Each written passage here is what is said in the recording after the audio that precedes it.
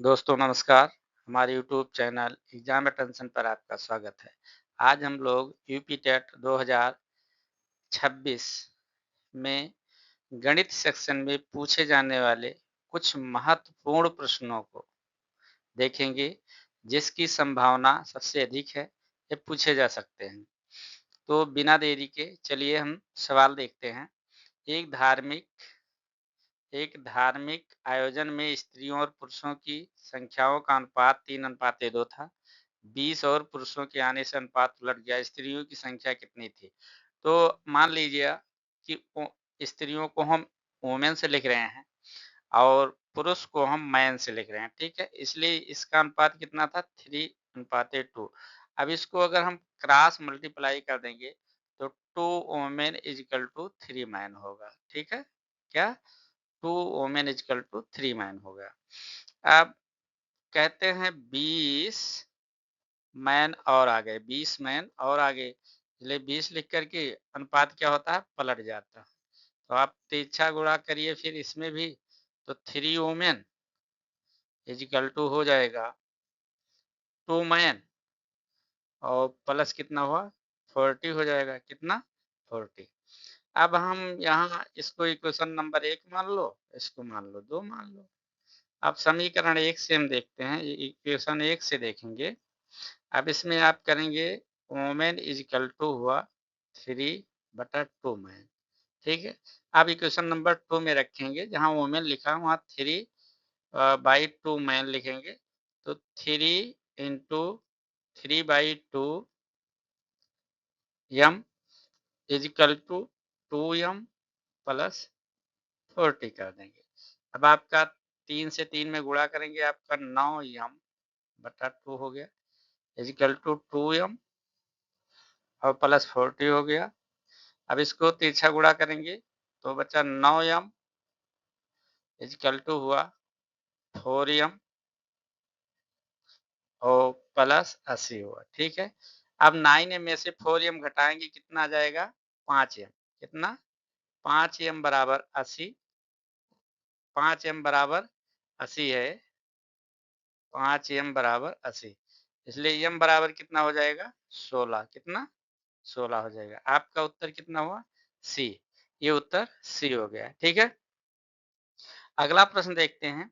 3 अशून्य वास्तविक संख्याओं ए, बी, सी के लिए यदि ये बटा 2 बराबर बी बटा 3 बराबर सी बटा 4 बराबर 2a माइनस 3b और प्लस 5c बाई के हो तो के का मान ज्ञात करना।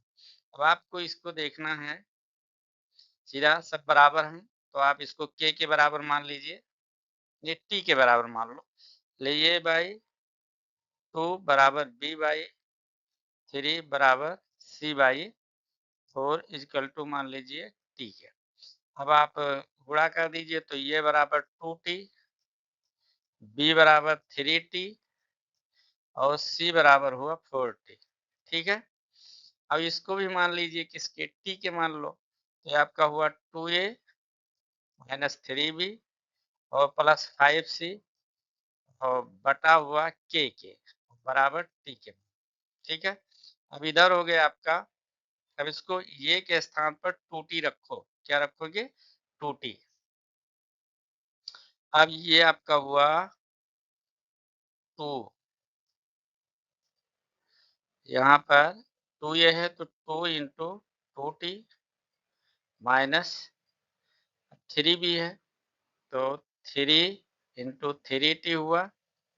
5c है तो 5 इंटू 4c, 4t करो, बटा हो गया आपका के इक्वल टू किसके हुआ? टी के हो गया, ठीक है? अब ये गुणा करिए, कितना हुआ? 4t माइनस 9t और प्लस 20t। अब इसको आप कर दीजिए टी इधर ले आइए, कितना हुआ? आपका यार के हो गया। अब ये है 9, ठीक है? तो 20 4 24, 24 में से 9 निकालो, कितना बचेगा? 15 टी बटा टी इक्वल टू के हुआ, इसलिए के बराबर कितना हुआ? 15 के, इसलिए इसका उत्तर क्या हुआ? 15। ऑप्शन ये सही हुआ, ठीक है। अगला सवाल देखते हैं। यदि ये और बी कोई 2 समुच्चय हों कि ये माइनस बी बराबर ये हो, तब ये इंटरसेक्शन बी है। तो इसका बहुत आसान है। इसको ये माइनस बी इक्वल टू ये आना चाहिए, इसलिए ये के तत्व कोई बी में नहीं है, इसलिए इसका ये इंटरसेक्शन क्या हो जाएगा, ए इंटरसेक्शन बी केवल 5 हो जाएगा। कोई तत्व नहीं रहता है, तो इसका उत्तर केवल 5 होगा, ठीक है। इसलिए ऑप्शन इसका क्या सही हुआ, बी सही हुआ। अगला प्रश्न है, यदि समीकरण x square minus b x plus c equal to 0 के मूल 2 क्रमागत पूर्णांक संख्याएं हो तो B square minus 4ac sorry 4c याद करना है आपको। तो यहाँ पर 2 मूल मान लीजिए n और फिर और n प्लस 1 क्रमागत संख्या है। अब इसमें आपको 2 मूल है, दो मूलों का योगफल कितना हुआ, अल्फा प्लस बीटा बराबर किसके होगा, बी के होगा। तो अल्फा के स्थान पर n लिखें और प्लस बीटा के स्थान पर n प्लस 1 लिख दीजिए, बराबर हो गया आपका बी के, ठीक है। और 2 मूलों का गुणनफल होता है alpha into beta equal to c by ये होता तो एक स्थान पर 1 है इसलिए सी होगा, इसलिए n into n plus 1 equal to किसके होगा, सी हो गया, ठीक है। अब आपको निकालना है बी स्क्वायर माइनस 4c, तो b का मान n प्लस 1 यानी 2n प्लस 1 2n प्लस 1 का होल स्क्वायर माइनस 4 गुणे n इंटू n प्लस 1, ठीक है। बराबर हो गया आपका बी स्क्वायर माइनस 4c। अब इसको गुणा कर दीजिए, आप खोल दीजिए, यहां से देख लो, तो हो गया 2 n स्क्वायर का मतलब हुआ 4n square plus 1 plus 2n और minus 4n square minus 4n, ठीक है। तो ये आपका 4n स्क्वायर कैंसिल हुआ, 4n में से 2n निकाल दीजिए, नहीं ये भी 4n हो जाएगा, ये दोनों कैंसिल हुआ, बचा कितना 1, इसलिए बी स्क्वायर माइनस 4c बराबर 1 के हो गया। उत्तर ऑप्शन कौन आ गया, बी सही हो गया, ठीक है। अगला प्रश्न देखिए, दो संख्याओं का मासा और लासा क्रमशः 13 और 1989 है। यदि एक संख्या 117 हो तो दूसरी संख्या ज्ञात कीजिए। अब आप जानते हैं फार्मूला, दो संख्याओं का गुणनफल, दो संख्याओं का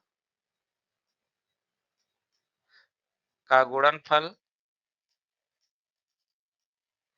बराबर होता है मासा गुणे लासा, मासा गुणे लासा, ठीक है। अब दो संख्याओं का गुणनफल यानी एक संख्या दिया है 117 और दूसरा आपको ज्ञात करना है, दूसरी संख्या ज्ञात करना है, ठीक है। बराबर इधर मासा लासा 13 गुणे 1989 कर दो। अब फिर दूसरी संख्या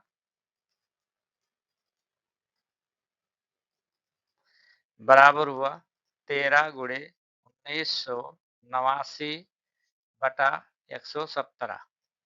अब इसको फिर आप तोड़ सकते हैं, 13 गुणे 1989 बटा 13 नवैया 117 हुआ।